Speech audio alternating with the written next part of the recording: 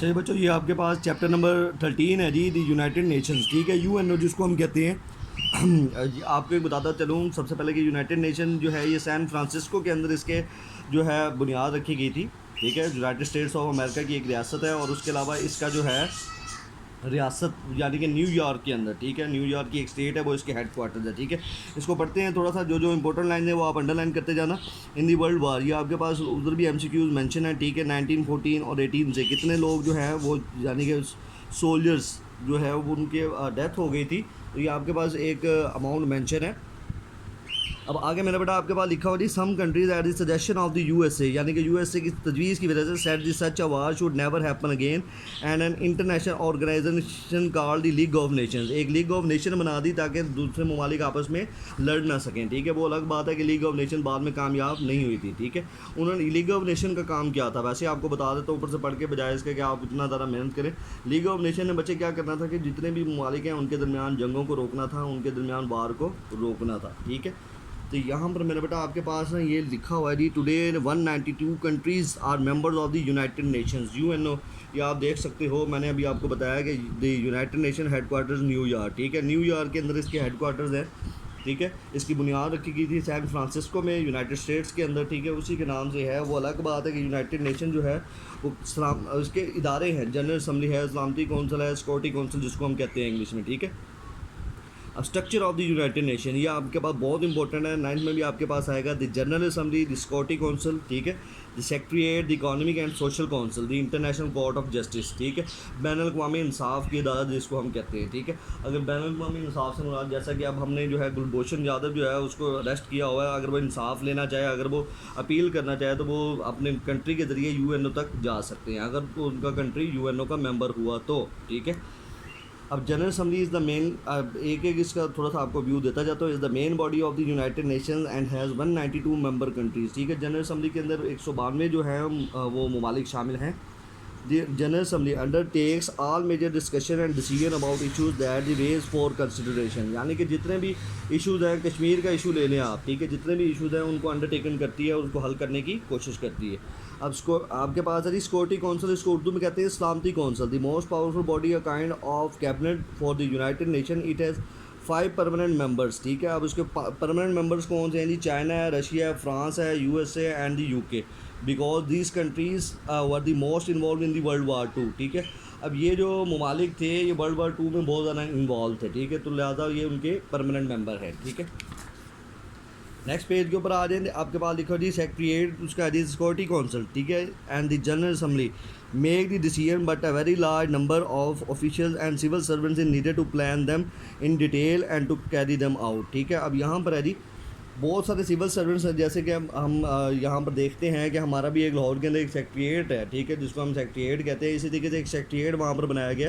ताकि जितने भी जो भी अगर उन्होंने काम वगैरह करने हैं जनरल असम्बली या सिक्योरिटी काउंसिल ने, वो उनकी फाइनलाइजेशन के बाद ही वो कर सकते हैं। विदाउट उनकी फाइनलाइजेशन यानी कि उनकी अथॉरिटी के बगैर वो लोग नहीं कर सकते। ठीक है, अब आगे आपके पास यहाँ पर थोड़ी सी इंपॉर्टेंट चीज़ें हैं, ये देखें नहीं, this body is called the secretariat and its head is the secretary general who has one of the most important jobs in the world. He is formally chosen by the general assembly. ठीक है, after nomination by the security council। और बेटा एक जैसे हमारे पास अब आप यहाँ से देख सकते हो, ये आपके पास लिखा हुआ है जी, ये देखें, या बान की मून जो है the current secretary general of the United ने, अभी ये चेंज हो चुका है। ठीक है, अभी बान की मून नहीं है। ठीक है, अभी ये तब्दील हो चुका है। तो ये आप क्या हम कहते हैं जी सेक्रेटरी जनरल। सेक्रेटरी जनरल से मुराद ये है कि अगर सिक्योरिटी काउंसिल और जनरल असम्बली जो है अगर कोई फ़ैसला करती है तो वो ये सेक्रेटरी जनरल के बगैर, उसके सिग्नेचर्स के बगैर ये फ़ैसला नहीं कर सकती। ठीक है, अब आगे आपके पास ये पेज नंबर, इसको आप थोड़ा सा पढ़ लीजिएगा। वैसे ये अच्छा, ये भी यूएनओ के बारे में लिखा हुआ है। यहाँ पर मुख्तलिफ इदारों के नाम है आपके पास, वो भी आपको बताता चलूँ।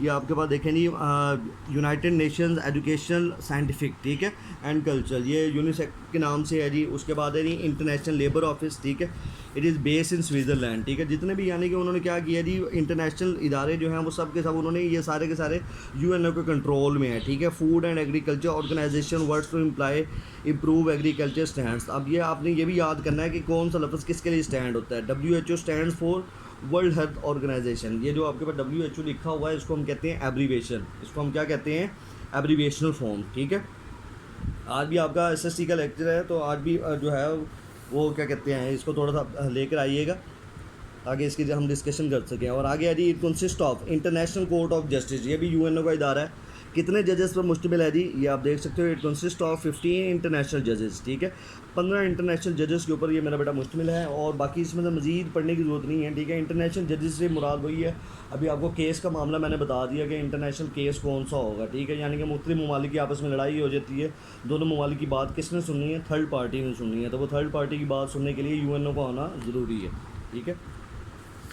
नेक्स्ट आपके पास आ जाती है organization of the Islamic cooperation, ठीक है। अब इस्लामिक कोऑपरेशन से मुराद यही है, ये आपके पास 1967 में इसका रबात के अंदर, रबात जो है एक शहर है, with 44 members from Asia, Africa and middle east, ठीक है, मशरिकी वस्ता जिसको हम कहते हैं। 44 मेंबर्स इसके अंदर शामिल हुए थे, ठीक है। उसके अंदर जितने भी इस्लामिक कंट्रीज है, पाकिस्तान भी उसके अंदर शामिल था, ठीक है। साइड पे आप लोगों भी देख सकते हो। और उसके अलावा इस्लामिक कंट्रीज़ के अंदर अब यहाँ पर है जी इस्लामिक कंट्रीज़ के अलावा फिर भी इसकी डिफरेंट जो है इसके अंदर बीच में बनाते रहे हैं, यानी अरब स्टेट्स बनाते रहे हैं, अरब लीग बनाते रहे हैं, उसको आगे चलते हैं जी। अब ऑर्गेनाइजेशन इस्लामिक कोऑपरेशन का क्या मतलब था कि इस्लामिक ममालिक को अगर कोई प्रॉब्लम होती है तो उसको हम डील करेंगे, ठीक है। नेक्स्ट आपके पास है जी League of Arab States, formerly known as the Arab League, is an association number of independent state mostly Arabic speaking, ठीक है। यानी कि उसके अंदर क्या किया जी, जितने भी अरबी बोलने वाले लोग थे उनको शामिल किया गया अरबिक लीग के अंदर, ठीक है। दी अरब लीग ये कायरो के अंदर जो है, कायरो जो है 1945 के अंदर कायम की गई है। 22 मेंबर हैं इसके अंदर, ठीक है। ये पैसेज भी आपने अंडरलाइन कर लेना है, 22 मेंबर हैं, उनके नाम भी नीचे दिए गए हैं, उसको पढ़ लीजिएगा। और मज़ीद इसके अंदर से किसी किस्म की कोई चीज़ नहीं है, जैसे कि हम एक कमेटी बनाते हैं, एक ऑर्गेनाइजेशन बनाते हैं, ये वही चीज़ है, ठीक है। नेक्स्ट मेरा बेटा आपके पास है जी Regional Cooperation for Development, RCD। This organisation was establish in 1964 by Iran, Turkey and Pakistan to promote trade between the 3 countries. यानी कि इन्होंने अपने तीनों ममालिक ने अपने दरमियान बिज़नेस को प्रमोट करने के लिए रीजनल कहते हैं इलाकाई तरक्की ताउन की तंजीम, ठीक है, कोऑपरेशन, इलाकाई बराए तरक्की ताउन की तंजीम।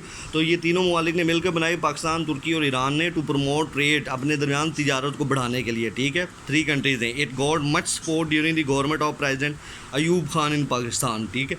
अब ये आपके पास यानी कि उसको सपोर्ट भी हासिल थी, तो ये आपके पास ये देख सकते हो रीजनल कोऑपरेशन फॉर डेवलपमेंट। ये आपके पास चैप्टर नंबर था जी 13, ठीक है। ये भी आपको मैंने एक्सप्लेन कर दिया। इसके अंदर से शॉर्ट क्वेश्चंस और जो लॉन्ग क्वेश्चन है उसको मेरा बेटा पढ़े और ड्यूरिंग द लेक्चर उसके अंदर से पूछें, क्योंकि ड्यूरिंग द लेक्चर मैं जो पूरा चैप्टर पढ़ा रहा हूँ, क्योंकि वीडियोज़ के अंदर जो है हम कंप्लीट लेक्चर नहीं दे रहे, सिर्फ आपको सेंट्रल आइडिया दे रहे हैं कि आपने करना क्या है, ठीक है।